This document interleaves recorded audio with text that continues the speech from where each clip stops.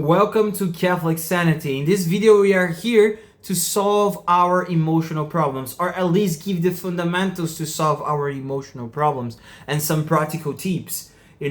Our emotions are the thing that sometimes, if we don't deal with them well, they sabotage our goals, they sabotage our relationships, make us feel insecure, and dealing with them is essential to live a healthy life and to achieve what we mean to be in this road, in order to achieve our vocation and etc. So this is the third video of my mini course series that I'm giving to you guys for free on YouTube. So if you didn't check the first two, the link is in the description. But please first watch this one, and then after you watch the other ones.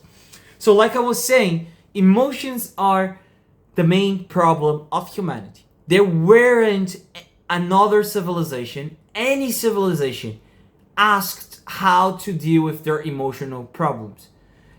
Asked how to deal with their passions. The classical world, they will call emotions passions, Not exactly the same. Passion means something slightly different, is a little bit more precise than emotion. But yeah, you will see Socrates, you will see Aristotle, Plato, St. Thomas Aquinas, St. Augustine, Nietzsche, Freud, Kant. Every single thinker will talk about how to deal with that. How to deal with your emotions, how you should look at them. Because we can see that in our daily lives, what sabotages us or make us feel unhealthy towards a relationship and etc. is our emotions. It's feeling fear when we shouldn't feel fear. It's feeling sad when we shouldn't feel sad. Why do I feel sad all the time? It's feeling anxious when I shouldn't feel anxious. And every single human being has that. And that came, we can say, from original sin. We Catholics believe on that, right? But even someone that is totally atheist and etc., you can tell that sometimes maybe you are in a group of friends, and in this group of friends, suddenly someone makes a joke and you feel sad. And you don't know where this sadness came from, and that's quite strange, right? This sadness shouldn't be there. It's such a stupid thing. It was a stupid joke. I shouldn't feel sad about it or angry, And the thing is, we all have this experience that we need to educate our emotions, And in order to educate something, we need to have the proper view of our emotions. We need to know what they are, what is the ideal way, when should I feel sad and when should I feel angry, But before talking about that, I need to say that if you're feeling, anxious, depressed, and etc., it's not, most of the time is not your fault. We don't live in normal times. We live in chaos, literally chaos. This is a consequence of nihilism. Nihilism in our society became really a thing. People don't care about truth anymore. And not caring about truth has consequences. And this consequence is you hurting yourself without you knowing it. And just because someone told you that you could believe whatever you want to believe. Is that okay? So if you feel anxious, depressed, or sad, whatever, mostly it's because our environment and the beliefs that we have. And I hope that this video can give you light to it. And our culture deals with the emotions not in the proper way. And that's why we don't have huge solutions to it, One part of the culture, and I'm talking about the internet culture, but that reflects also in real life. We can say that one part of our culture deals with the emotion like stoic. They are stoic. They are modern stoic.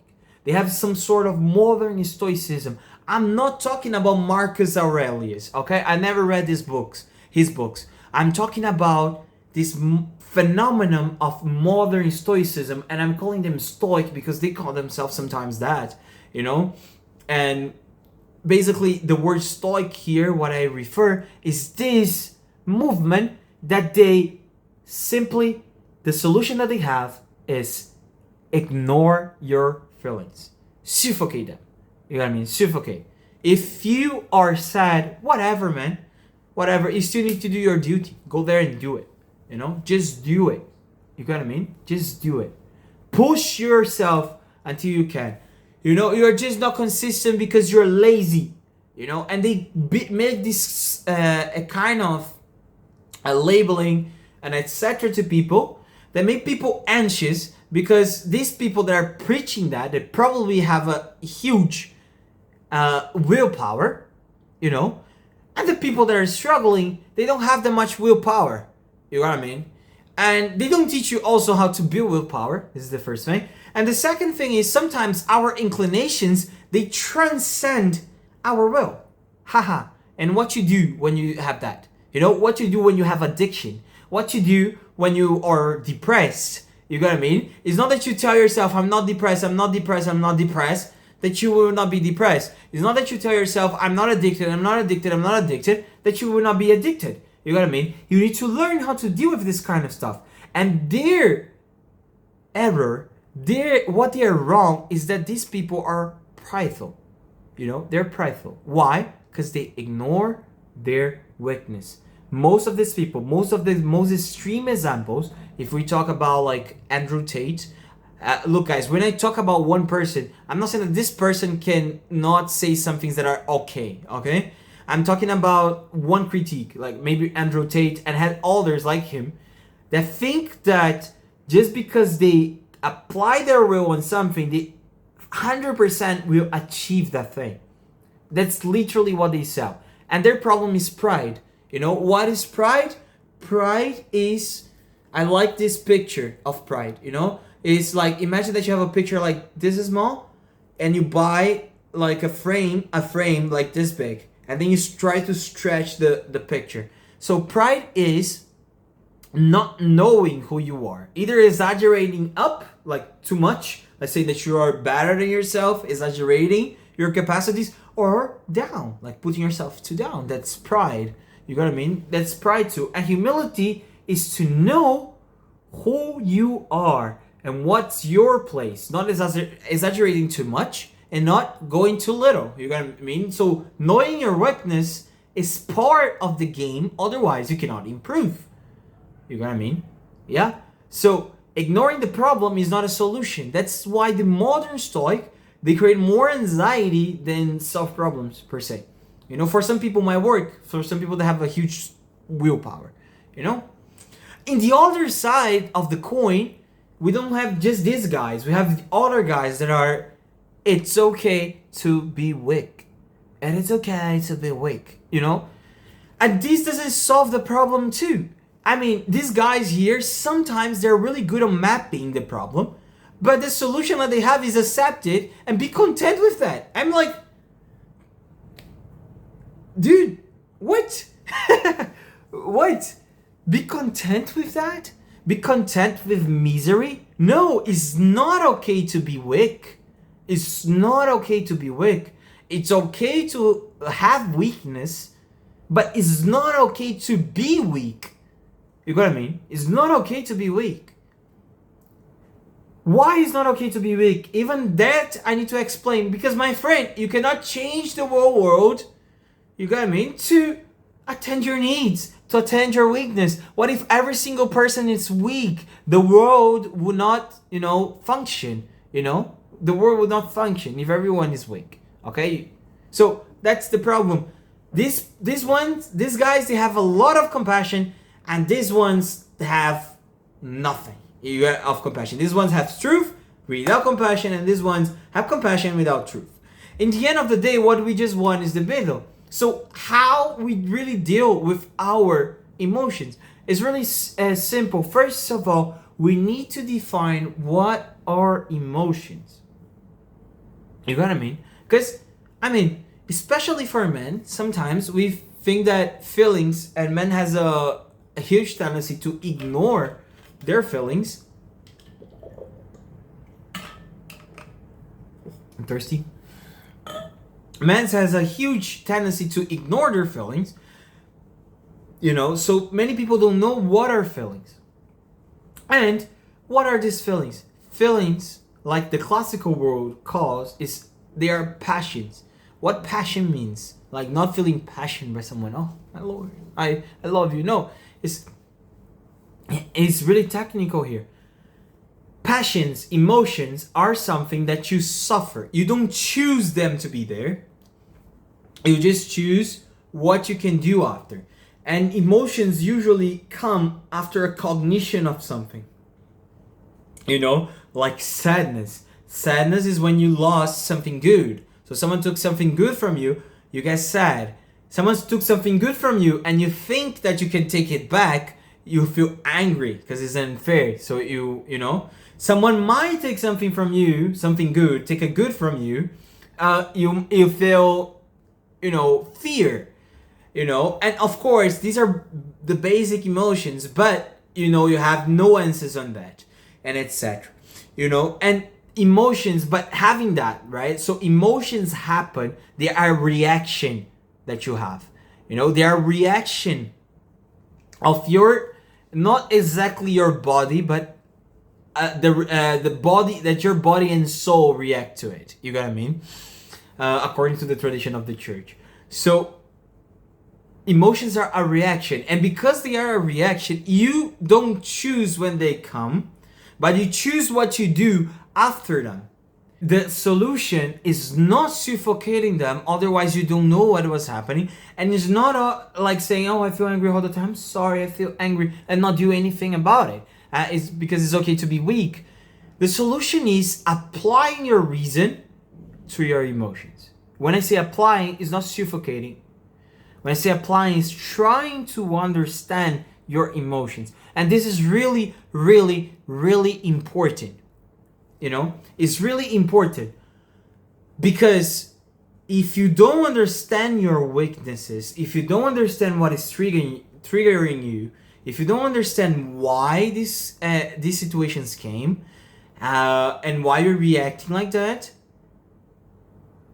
you will not deal with them properly.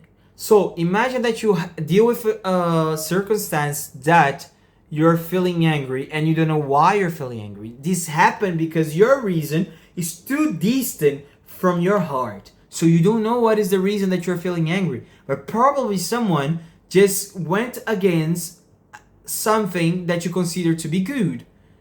Someone maybe put your value down and you don't know. Or maybe you don't know what you were seeking there. Like maybe you're seeking something that you were unconscious of, that was subconscious. Maybe you're seeking that they praise you or something. This happens so many times when you're talking with people are less conscious of their emotions than you think. And if you are unconscious of your emotions, you are determined by them. You know what I mean? You're determined by them. Aristotle, I really like this guy. Aristotle is really nice when he talks about the emotions, because he said that our relationship with the emotions, he doesn't even consider it's okay to be weak, because it's obvious that it's wrong. Otherwise the world doesn't function. But his argument, like that you could use against the stoicism, is that you cannot be a dictator towards your emotions. Your posture towards your emotions needs to be a negotiating posture. You negotiate with your heart, you negotiate with your inclinations. You got what I mean? And because if you are a dictator, they explode. Ignoring your emotions is like ignoring that you have an arm. I usually say that, like when your arm is hurted, like you hurt your arm, like here, someone cut your arm, you don't tell yourself, my arm is not there, my arm is not there. No, just do it. Just do it. Yeah, that's it. No, you don't do that. You get what I mean? What you do is try to look to the wound and try to understand, or ask someone that understands the wound. So the answer of how you deal with your emotions is self-knowledge. Self-knowledge. And self-knowledge is not just reading books about Enneagram, the Big Five, and etc. It's not just that. It's about reading these books and looking inside you and what they tell about you. It's about doing an introspection exercise to see how these emotions and where these emotions came from. And the thing is, How can I, okay, then I know that the problem, I need to get more conscious about my emotions, I need to understand them more, and etc.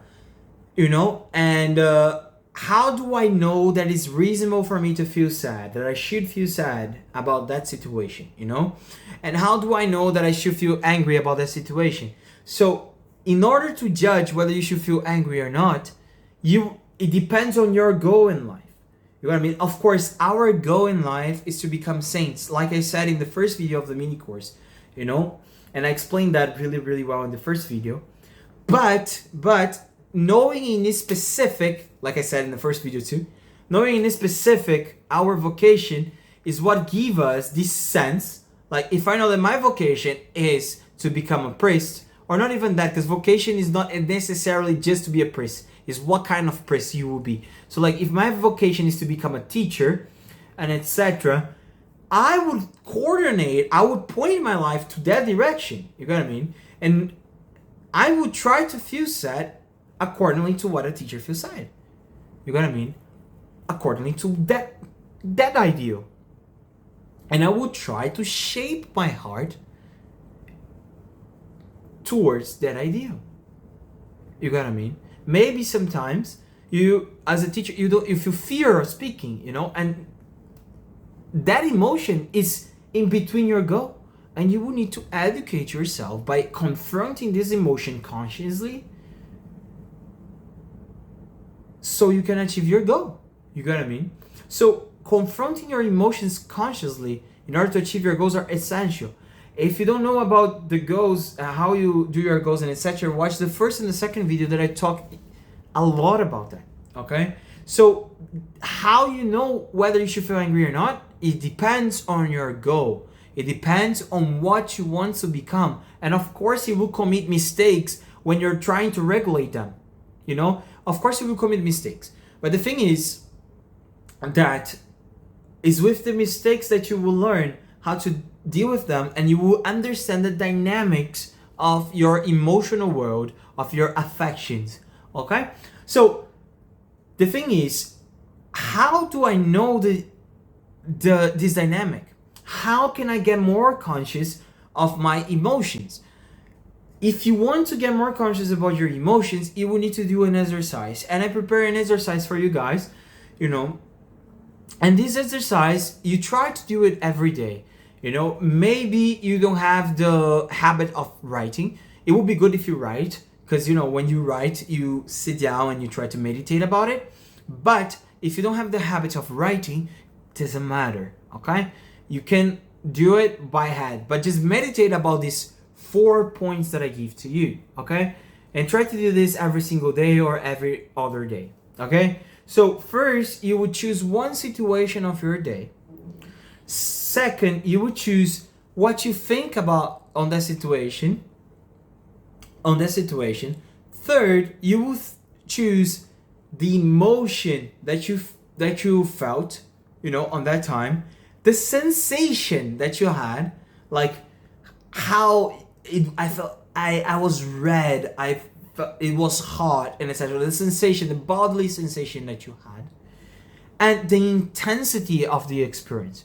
You know what I mean? That you have on that moment, and you will meditate that, and try to see what caused the emotion, what triggered you towards that emotion, what was the thing that created that emotion that made you have such an intense experience. Of course, guys, choose the most intense experience. And of course, not every single day you will have an intense experience. But if you do this exercise, with time you become more conscious of when do you feel angry, when do you feel sad, when do you, and if you want to do more than one situation, or you want to do more freestyle writing about how was your day emotionally, feel free to do it.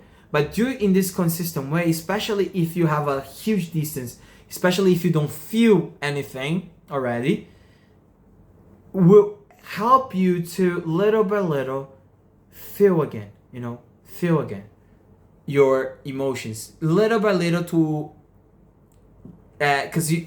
get conscious of them, And the second tip that I have, not just this emotional diary, But the second tip that I have is try to talk with someone that is more conscious than you about your emotions.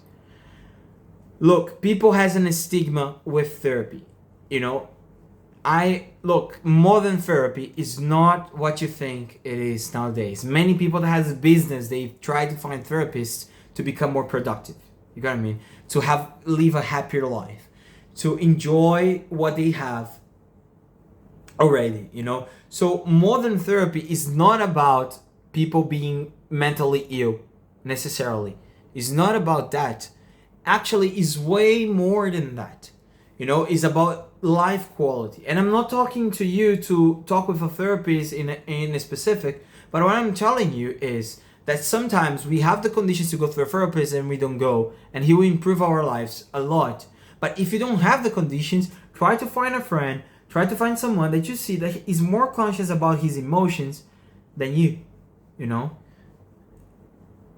And, you know, he probably will give you some tips about how you feel and etc. You know, because the problem here is that you're emotionally ignorant, and we just win ignorance finding information. Okay, so I hope that this video was helpful. If you like the video, please subscribe in my channel, and I left the link of the videos, the first one and the second one in the description below. Okay guys, live life with Catholic Sanity.